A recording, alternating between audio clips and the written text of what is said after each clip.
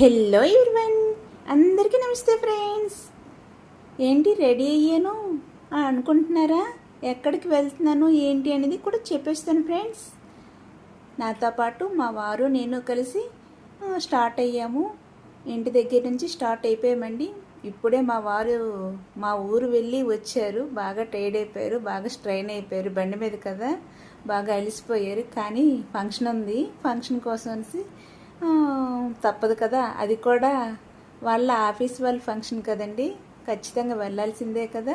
అందుకు అక్కడ మా ఇంటి దగ్గర నుంచి స్టార్ట్ అయ్యాము.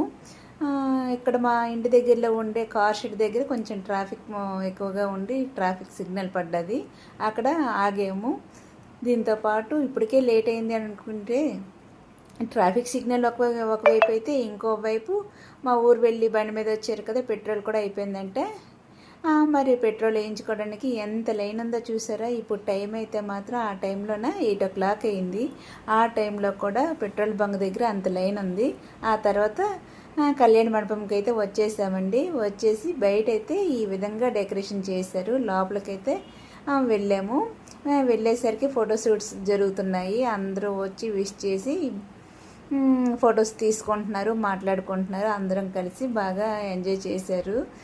మేము వెళ్ళేసరికి వాళ్ళ ఆఫీస్ స్టాఫ్ వాళ్ళందరూ కలిసి ఫోటోలు వీడియోలు తీసుకొని మాకు ఫోన్ల మీద ఫోన్లు చేశారు. మేము వెళ్ళేసరికి కొంచెం లేట్ అయింది కదా, లేట్ అవ్వడం వల్ల వాళ్ళు భోజనాలకు కూడా వెళ్ళిపోయారు. మేము కూడా ఇంకా భోజనాలకు వెళ్ళాలి. బయట అంతా చూస్తున్నాము ఎలా డెకరేషన్ చేశారు ఏంటి అనేది.